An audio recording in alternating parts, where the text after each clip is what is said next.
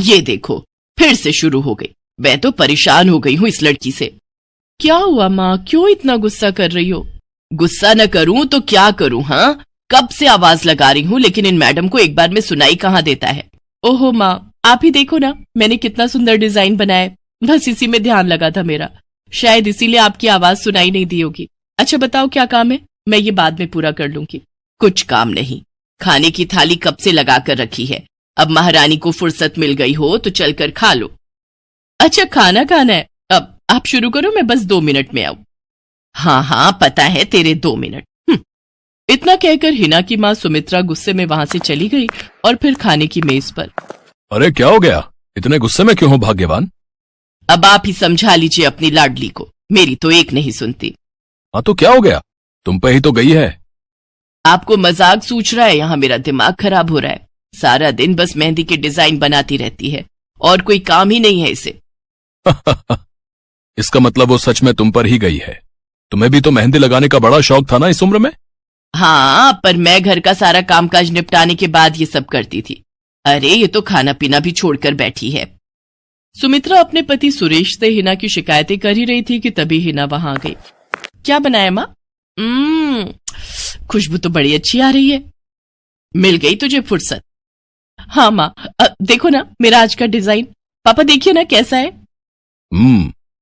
सच में डिजाइन तो वाकई बढ़िया बनाया है लाडो।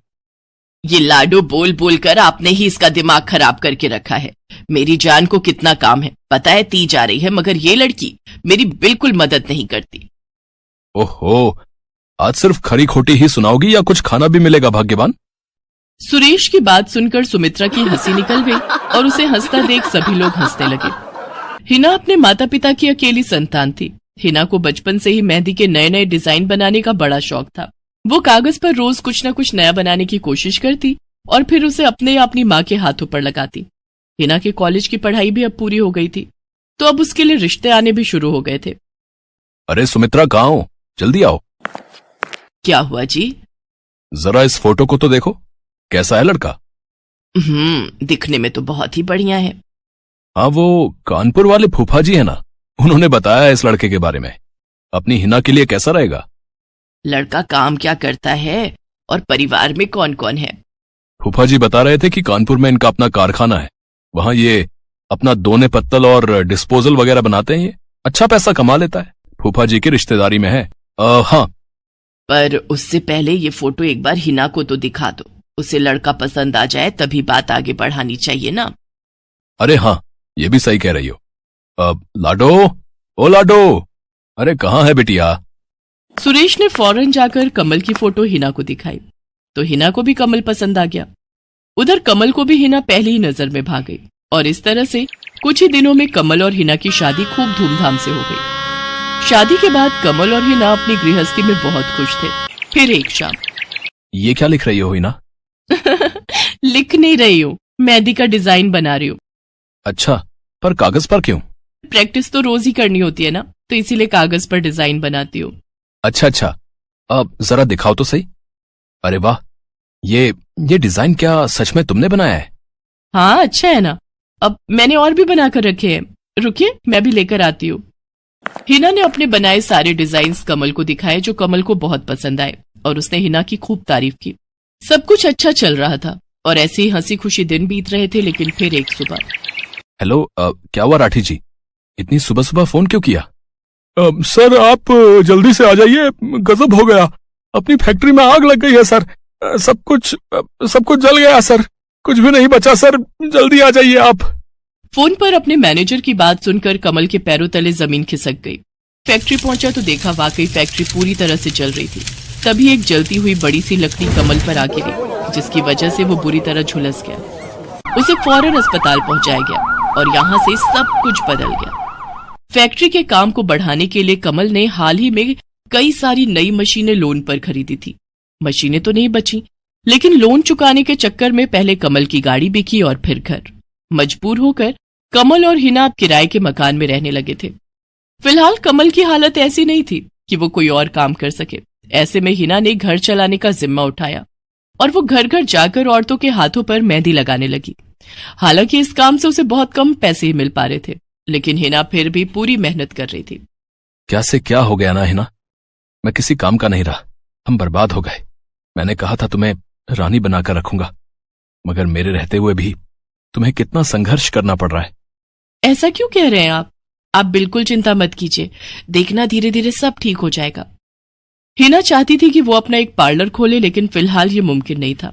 मेहंदी लगाने का काम भी सीजन पर ही मिल पाता था, तो अब दिक्कत खाने पीने की भी होने लगी। ऐसे में हिना ने एक सेठ के घर मेड का काम करना शुरू कर दिया। और फिर एक दिन, सुन, तुझे कोई मेहंदी वाली पता है क्या?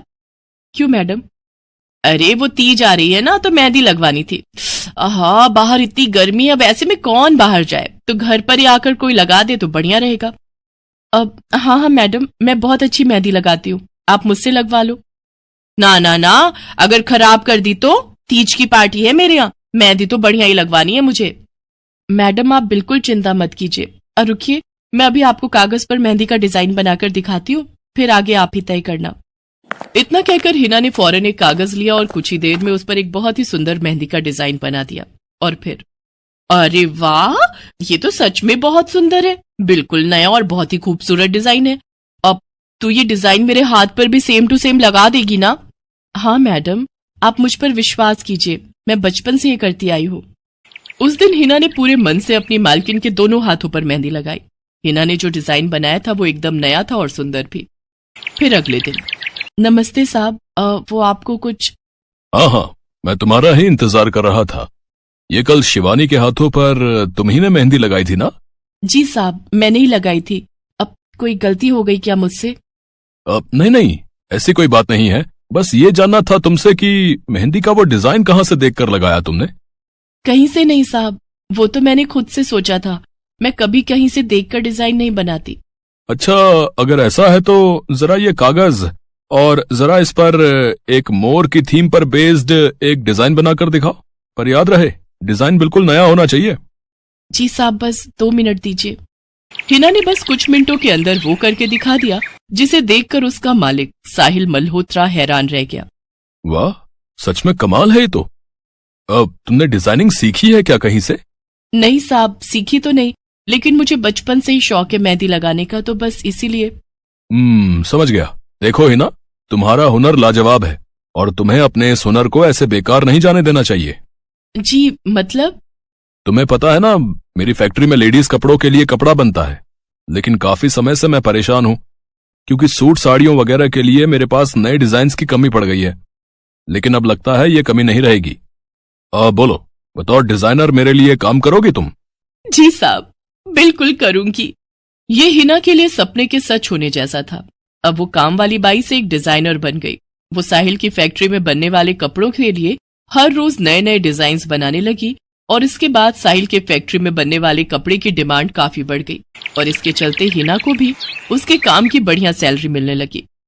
हिना अब अपनी कमाई से न सिर्फ अपना घर खर्च चलाने लगी, बल्कि उसने शहर के बढ़िया डॉक्टर से कमल का इलाज भी कराया, जिससे कमल बहुत जल्दी ठीक हो गया और उसने भी काम करना शुरू कर दिया।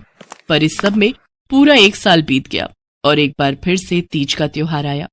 देखिए तो कैसी लग रही हूं मैं? बिल्कुल चांद जैसी लग रही हो।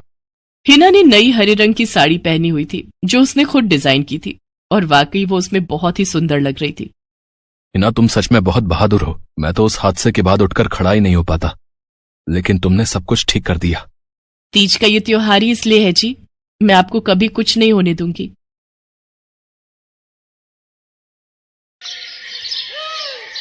मीरा, ओ मीरा, चल तो जल्दी से आटा गूंथ दे, मैं फटाफट रोटियां सेक दूंगी। नहीं माँ, मैं नहीं गूंथ पाऊंगी, मैंने मेहंदी लगा ली है हाथ पर। क्या? सुबह सुबह तू फिर मेहंदी लगाकर बैठ गई? बड़ी मक्कार है सच में, काम में मदद ना करनी पड़े इसलिए जब देखो मेहंदी लगाकर बैठ जाती है।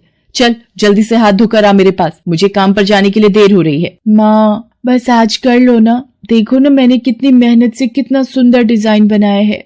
लेकिन जैसे ही उसकी नजर मीरा के हाथों पर पड़ती है, उसका गुस्सा पल भर में गायब हो जाता है। वो मीरा से कहती है, अरे वाह मीरा, तूने तो बड़ी सुंदर मेहंदी लगाई है। हाँ माँ, वो शांति दीदी ने मुझे एक किताब दी थी कल, उसमें बड़े सुंदर सुंदर डिजाइन बने हैं, बस उसी में से देखकर लगाई है मैंने। सुंदर है ना? हाँ बहुत सुंदर है। अरे लेकिन मुझे तो ओफो, फिर लगा लिया ना तूने बातों में। पहले से ही देर हो रही है, ऊपर से तू भी मेहंदी लगाकर महारानी जैसे बैठ गई है। माँ, तुम इतना परेशान क्यों होती हो? 1-2 घंटे में जब मेरी मेहंदी सूख जाएगी तो मैं घर के सारे काम कर दूंगी। मीरा की बात मानकर कावेरी काम पर चली जाती है। वो एक बड़ी सोसाइटी के घरों में काम करती थी और इसी काम से कावेरी और मीरा का गुजारा चलता था। कावेरी के पति की कई साल पहले एक सड़क हादसे में मौत हो गई थी। तब से कावेरी पर ही सारी जिम्मेदारी थी। मीरा भी घर के कामों में उसका पूरा हाथ बटाती थी। मीरा को मेहंदी लगाना बहुत पसंद था। उसने अपने घर के पीछे मेहंदी के कई सारे पौधे लगा रखे थे, जिनका वो बहुत ख्याल रखती थी। वो अपने हाथों से मेहंदी के पत्तों को पीसकर अपने हाथों में लगाने के लिए तैयार करती थी। फिर एक दिन, मीरा, हमें इस जगह पर थोड़ी मोड़ी खेती कर लेनी चाहिए। ये मेहंदी के पौधों से कुछ कमाई थोड़ी ही हो रही है, खेती कर लेंगे तो कुछ पैसे ही बन जाएंगे।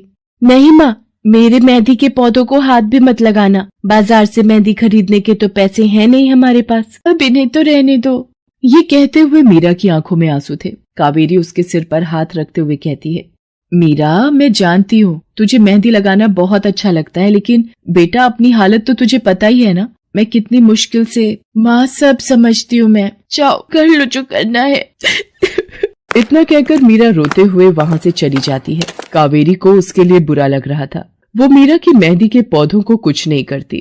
ऐसे ही कई दिन गुजर जाते हैं। ज्यादा काम करने की वजह से कावेरी की तबीयत खराब रहने लगी। वो बहुत जल्दी जल्दी बीमार पड़ने लगी। तो मीरा ने उससे कहा, माँ, तुम रहने दो, तुम्हें बुखार है, रात भर सोई नहीं हो, मैं चली जाती हूँ काम पर। नहीं मीरा, तू कैसे? ना, नहीं, मैं ठीक हूँ, मैं जाती हूँ।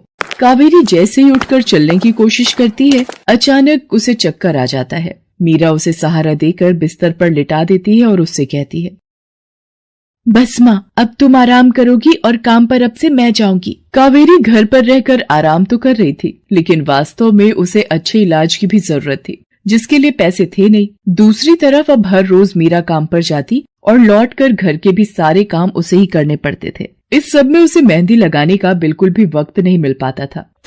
मीरा, कितने दिन हो गए तूने मेहंदी नहीं लगाई? हाँ माँ, बस मन नहीं कर रहा। अच्छा, मेहंदी लगाने का तेरा मन नहीं?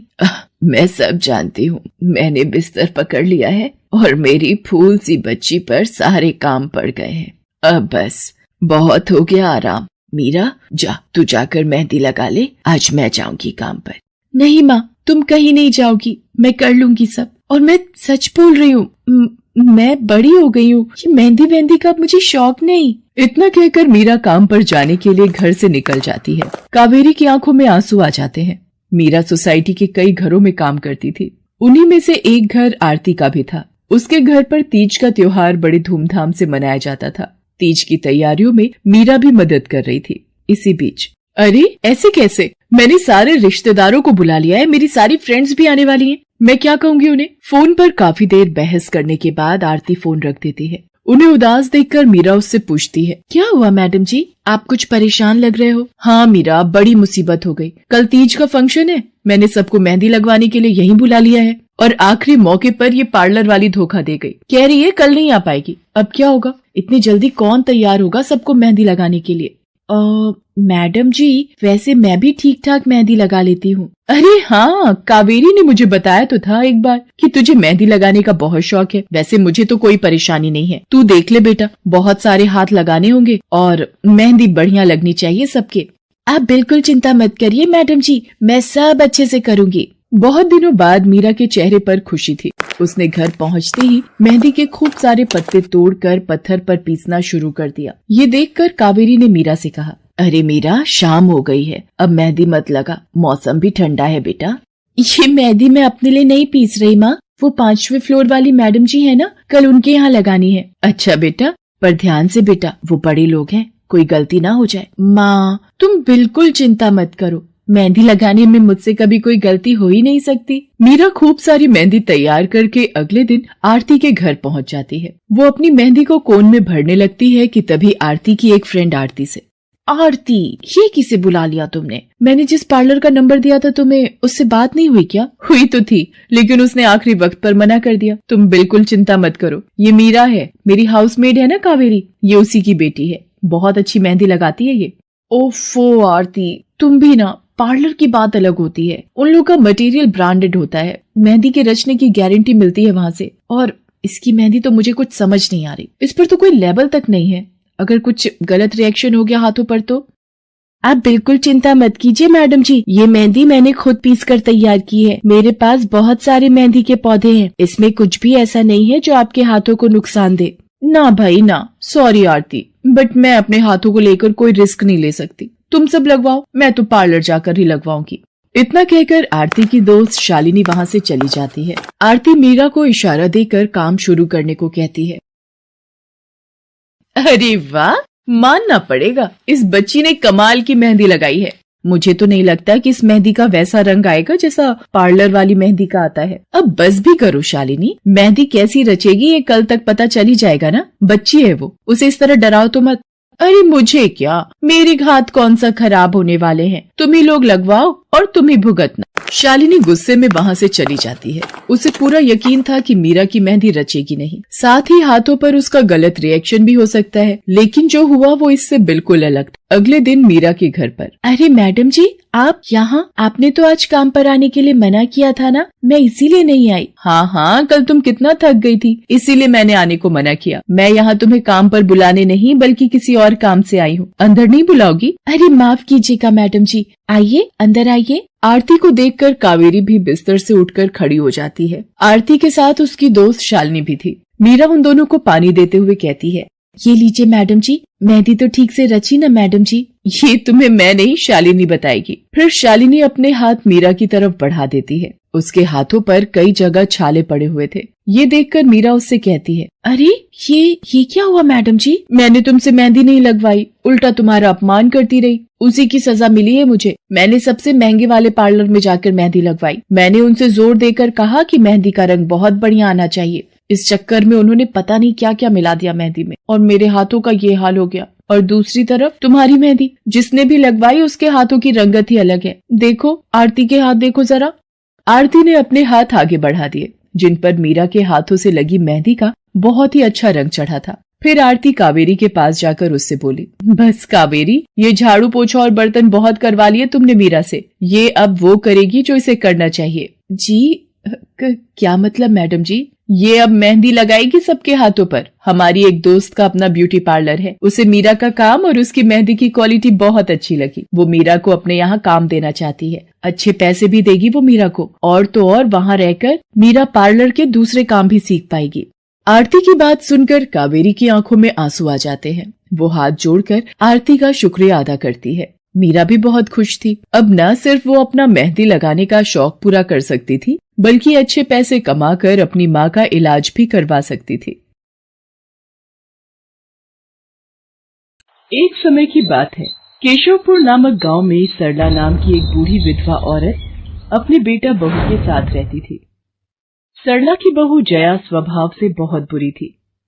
वो रोजाना सरला से बात बात पर लड़ती रहती थी। सरला का पति किशन शहर में मजदूरी करता था, इसलिए वो कभी कभी ही गांव आ पाता था। किशन शहर से घर खर्चे के लिए पैसे भेजता तो 2 लिफाफे भेजता, एक अपनी माँ के नाम और एक अपनी पत्नी के नाम। पर जया सरला के पैसे भी अपने पास ही रख लेती थी। ऐसे ही एक दिन, ये सरला देवी और जया जी के नाम के मनी ऑर्डर हैं। लाओ भैया, जल्दी से मुझे दे दो। ये सरला देवी के हस्ताक्षर करके ही उन्हें मिलेगा। माँ जी आराम कर रही हैं, लाओ मैं अंगूठा लगवा कर लाती हूँ। ए बुढ़िया, जल्दी से इस कागज पर अंगूठा लगा दे। भैया मनी ऑर्डर मुझे दे दो। जया सारे पैसे अपने पास रख लेती है और अपने और बेटे बिट्टू के लिए खाने पीने की चीजें खरीद लाती है। माँ बहुत भूख लगी है। ये देख, मैं तेरे लिए कितने सारे पकवान लाई हूँ, पूड़ी, छोले, समोसे, कचौड़ी। चल हम दोनों मिलकर खाते हैं, मजा आ जाएगा। जया बहू, बहुत भूख लगी है, सुबह से कुछ भी नहीं खाया है। अगर थोड़ा सा कुछ खाने को मिल जाता तो। पता नहीं इस बुढ़िया को कितनी भूख लगती है, जब देखो हम माँ बेटे के खाने पर नजर लगाती रहती है। ये ले पकड़, आधी कचौड़ी दे रही हूँ, अब रात तक कुछ खाने को नहीं मिलेगा। और तुझे तो मैंने बोला था कि कपड़े धो देना, तेरे से अभी तक कपड़े नहीं धुले। ये कचौड़ी खाकर चुपचाप सारे कपड़े धो देना, नहीं तो मुझसे बुरा कोई नहीं होगा। बेचारी सरला कचौड़ी का एक टुकड़ा खाकर भला क्या पेट भरती। वो फिर से दोबारा काम पर लग जाती है। एक दिन किशन शहर से वापस आने वाला था। जया को पता था कि जब किशन सरला से पूछेगा कि वो उसे पैसे बराबर भेजता है तो उसे मिलते हैं या नहीं। ये बात सोचकर जया थोड़ा घबरा जाती है और वो सरला से कहती है, ओ बुढ़िया, अगर तूने अपने बेटे से कहा कि तुझे उसके भेजे हुए पैसे नहीं मिलते तो मुझसे बुरा कोई नहीं होगा। वो तो एक दिन रहकर चले जाएंगे, उसके बाद जो मैं तेरा हाल करूंगी ना, फिर तू देखती रह जाएगी। इसलिए अपने बेटे के सामने दुखड़े रोने की कोशिश मत करना।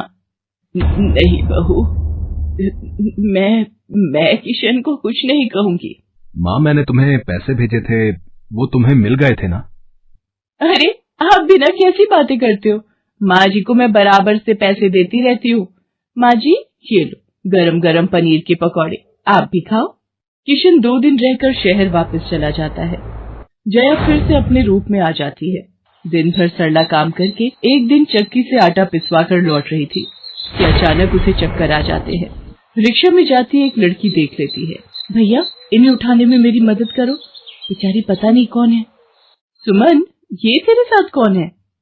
ये रास्ते में बेहोश हो गई थी, मैं इन्हें घर ले आई, लगता है इन्हें होश आ गया है। अब कैसा लग रहा है आपको? मैं ठीक हूँ बेटी, तुम्हारा बहुत बहुत शुक्रिया बेटी। माँ जी, आप इतनी भारी आटे की बोरी अकेले ही उठा कर ले जा रही थी, आपके बच्चे या कोई?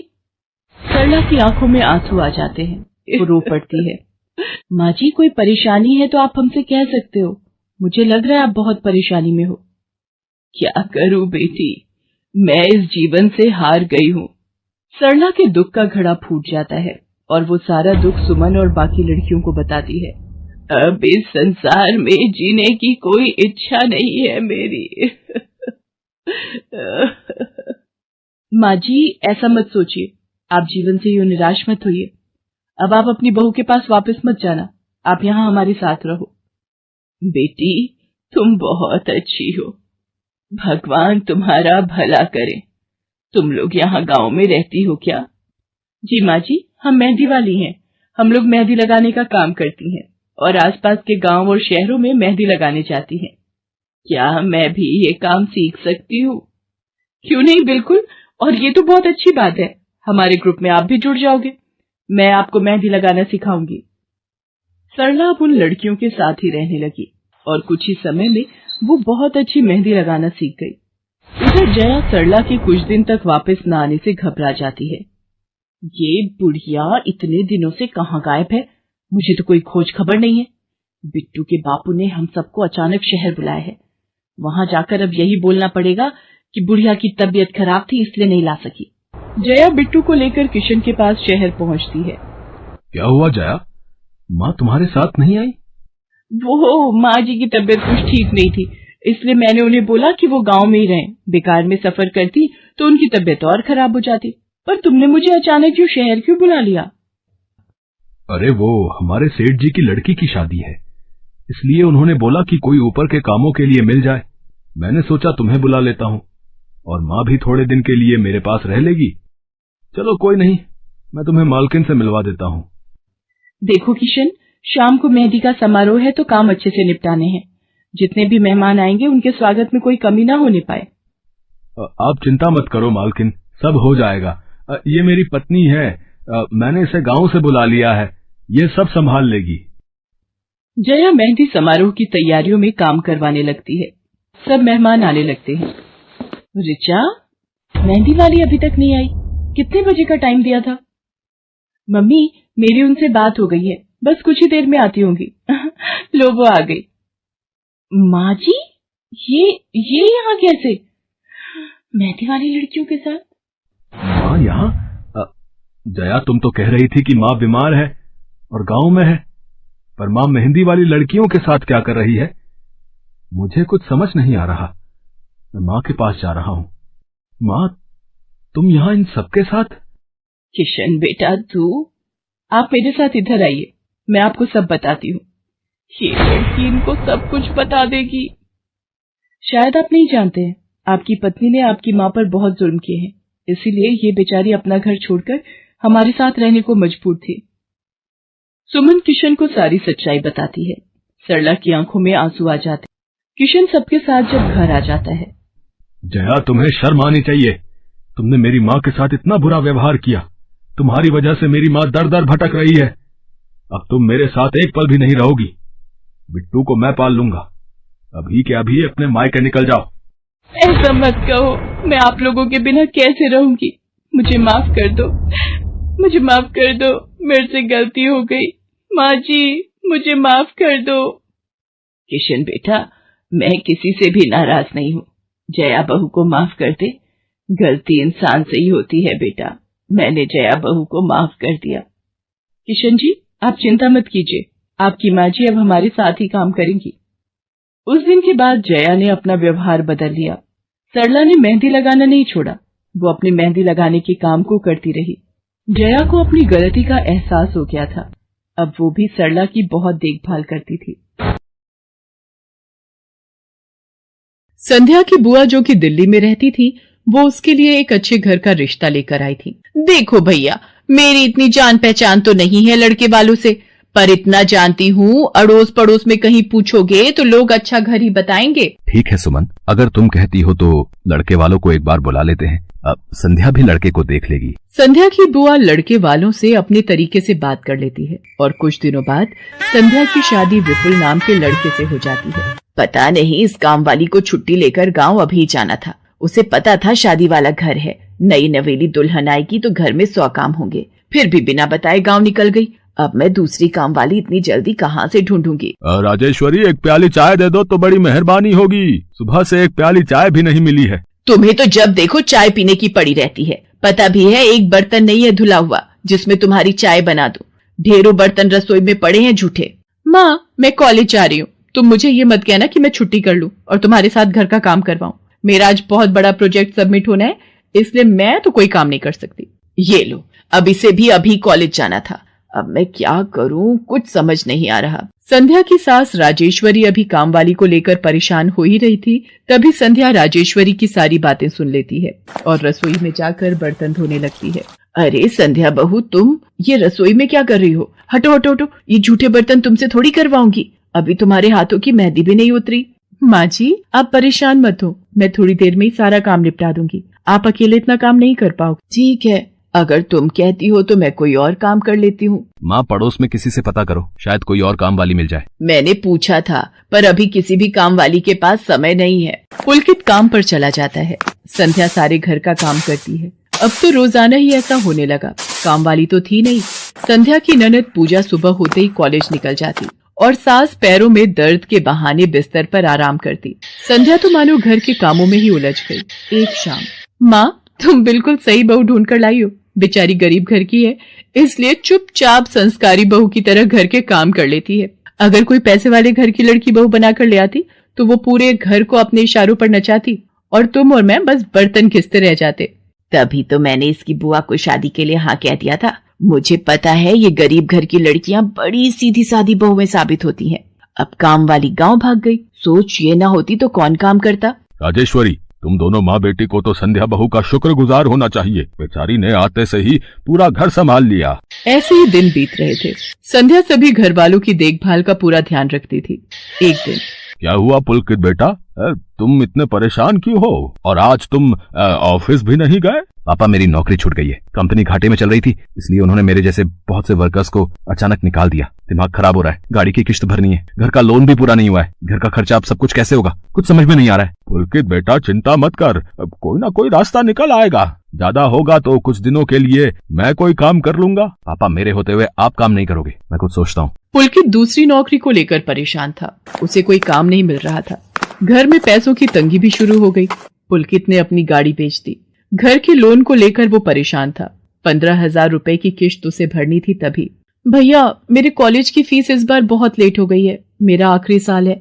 अगले महीने की 5 तारीख तक 12,000 रुपए फीस के भरने हैं। मैं कुछ इंतजाम करता हूँ। ऐसे खाली हाथ पर हाथ रखकर मैं नहीं बैठ सकती। मुझे कुछ सोचना होगा। पता नहीं, हो सकता है किरण ने बात कर ली होगी। पूछती हूँ। हेलो किरण, मैं संध्या बोल रही हूँ। तूने बात की? फिर पार्लर में जगह खाली है क्या? हाँ, मैंने बात कर ली है। 12,000 रुपए महीना देंगी रविता मैम। बोल, तू हाँ बोलती है तो मैं बात कर लेती हूँ। ठीक है, तू हाँ बोल दे, कम से कम कुछ तो पैसे आ जाएंगे। संध्या पुलकित से पार्लर में मेहंदी लगाने की नौकरी की बात करती है।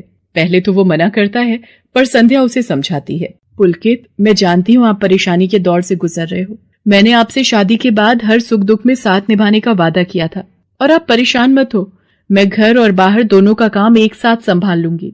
ठीक है संध्या, तुम कल से पार्लर में नौकरी के लिए जा सकती हो। अगले दिन से संध्या सारे घर के काम के साथ साथ पार्लर भी जाती और वहां पर पूरा दिन मेहंदी लगाने का काम करती और शाम के वक्त घर आती। संध्या बहुत मेहनत कर रही थी ताकि वो अपने परिवार की मदद कर सके। संध्या बहुत सुंदर मेहंदी लगाती थी। ये बात उसकी सास को तब पता चली जब उसने पार्लर में काम करना शुरू किया। संध्या को पार्लर में काम करते हुए 1 महीना बीत चुका था। पार्लर की मालकिन रविता भी संध्या के मेहंदी लगाने के काम को देखकर बहुत खुश थी। संध्या, तुम सचमुच बहुत मेहनती हो। पिछले 1 महीने में बहुत से क्लाइंट तुम्हारी तारीफ कर रहे हैं और अपनी फैमिली फ्रेंड्स की शादी या सगाई फंक्शन के लिए तुम्हें ही मेहंदी के लिए बुक करना चाहते हैं। और हाँ, ये तुम्हारी सैलरी 12,000 रुपए। बाकी ये तुमने ओवर टाइम भी शादी के सीजन में बहुत किया है, उसके 6,000 रुपए अलग से दे रही हूँ। थैंक यू मैम, आपने मेरे काम की इतनी तारीफ की। मैं तो बस भगवान की कृपा से मेहनत से करती हूँ। संध्या घर आ जाती है और 12,000 रुपए पूजा के हाथ में रखती है। पूजा, ये तुम्हारी कॉलेज की फीस के पैसे, तुम कल ही अपनी फीस जमा कर देना। भाभी, ये तो आपकी मेहनत की कमाई है, आप ये सारे पैसे मुझे दे रहे हो? नहीं नहीं भाभी। पूजा, तुम मुझे अपनी भाभी कहती हो ना, और भाभी तो माँ समान होती है, तो क्या तुम अपनी भाभी माँ के पैसे नहीं लोगी? तुम अपने भैया से भी तो लेती हो ना। फिर मेरे और अपने भैया में फर्क है, मैं भी तो इस घर का हिस्सा हूँ, इसलिए ये पैसे रख लो। मुझे माफ कर दो भाभी, मैंने ना जाने आपके बारे में क्या क्या गलत सोचा। पुलकित को भी दूसरी नौकरी मिल जाती है। अब संध्या और पुलकित दोनों मिलकर काम करते थे। राजेश्वरी और पूजा भी अब संध्या की घर के कामों में बहुत मदद करती थी। परिवार में खुशियां